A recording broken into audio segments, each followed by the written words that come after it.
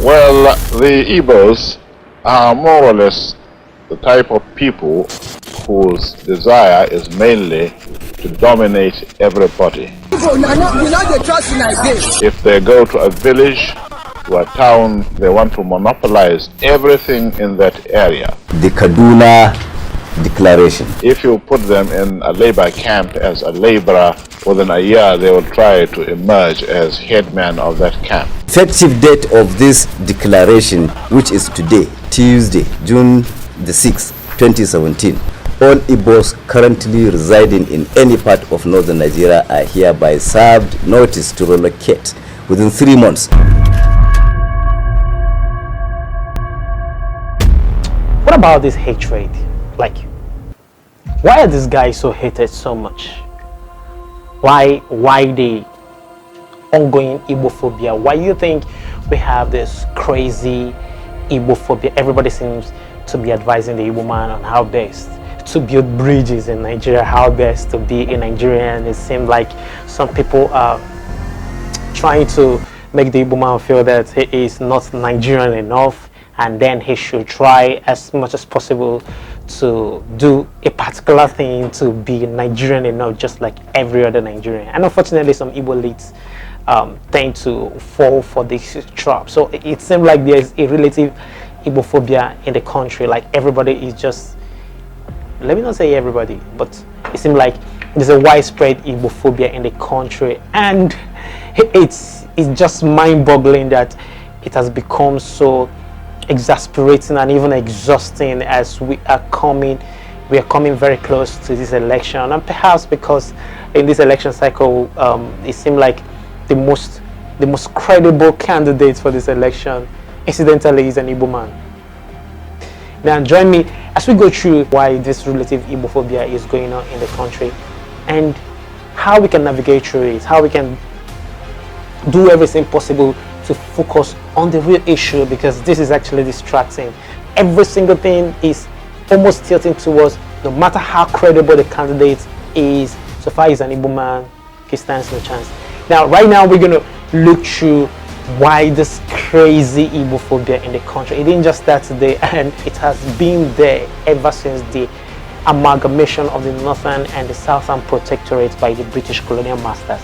So I'm going to put you through all this process. I'm going to let you know what exactly is going on and how this whole stuff started and how possible we can, make this a better union, a better correlation, a better togetherness. We still believe in Nigeria. We believe that Nigeria is for everybody, and then we believe that we can actually make a lot of things happen. Join me on this ride as we talk about why all these things and how we can navigate through this as we get towards saving Nigeria this year. My name is Chike Obuna, and this is the COO.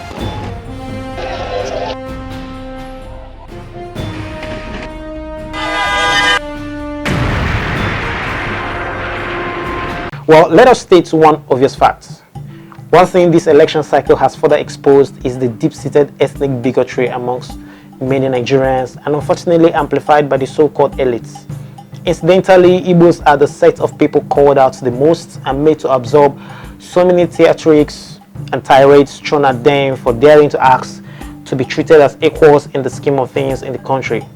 With the emergence of arguably the most competent candidate in the coming presidential election on February 25th this year, opposition and detractors of P2B's candidates have lost the narrative in all fronts and have begun to intensify the ethnic bigotry against him, and unfortunately the whole of South is dominated by the Igbos. The word Igbo means many things to many people in Nigeria. Some say the Igbos are very hardworking, others say they are too aggressive. Some others believe the Igbos live to showcase their wealth to other tribes, thereby making them to hate them. Well, before we begin, let's go back to the olden days. Way back to the olden days. This is going to surprise you, but all these things start today. So we're going to go through why it keeps festering. History has it that around the 1700s, the Igbo lived in harmony with their neighbors. Their interactions were mainly with the riverine people in the present-day South-South. But with the advent of British colonization and amalgamation of Southern and Northern Nigeria known as Southern and Northern Protectorates, the Igbo have been looked at differently by other tribes, sometimes with suspicion, sometimes as aggressors, or sometimes with disdain. Well, The Civil War further worsened it. However, there has been a well-known sentiment of how this set of people are resented in Nigeria many years before the unfortunate activities that led to the Civil War.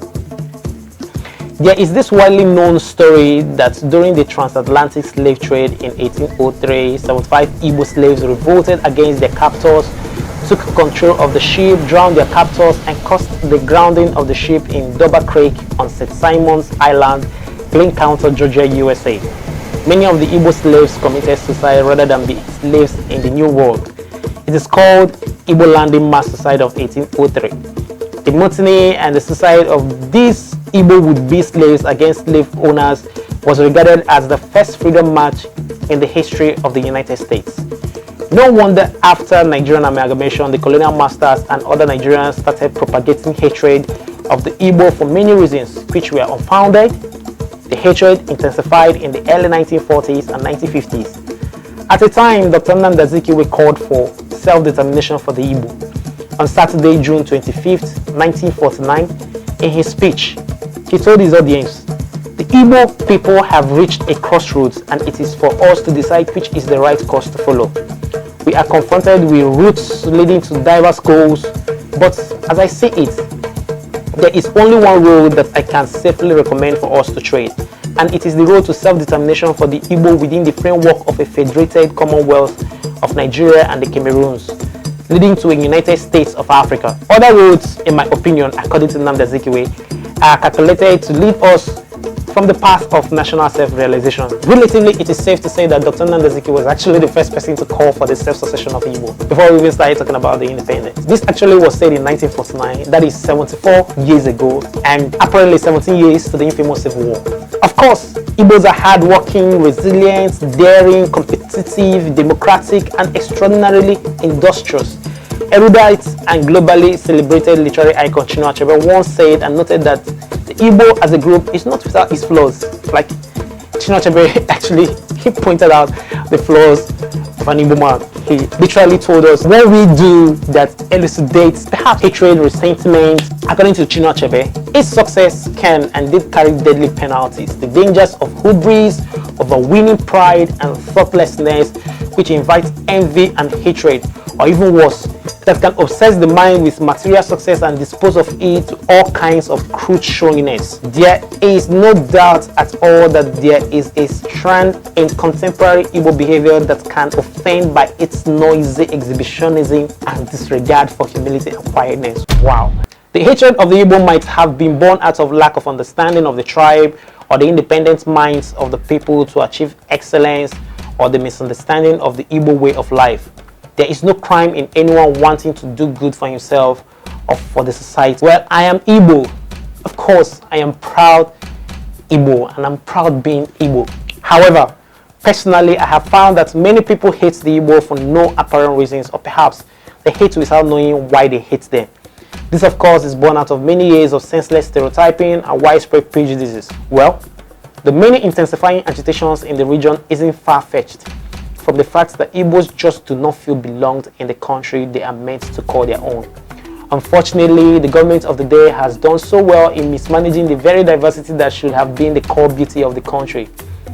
Igbos, a set of people likened to the Jews, Lebanese, or Indians, that they come to your own town with an empty bag, and in a few years they own properties and businesses. They say the Igbo can make something out of nothing, and the irony of it is that they show you in your face how wealthy they are.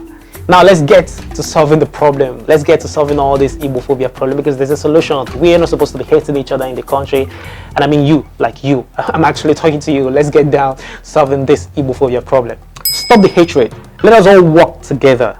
The average Igbo man actually prefers a working united country with equal opportunities and justice than a separate country.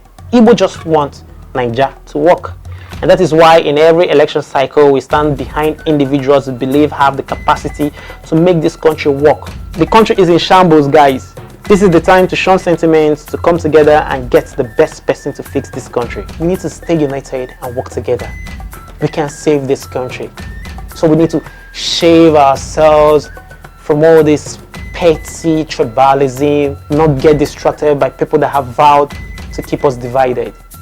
Once we're united with common goal to make this country work, certainly it's gonna work. My name is Chike Obona and this is the CEO. Do well to subscribe to my channel if you like my videos, and always support us by being part of the change, because the best thing I want, the only thing I want from you actually, is to be part of the positive change. See you next time.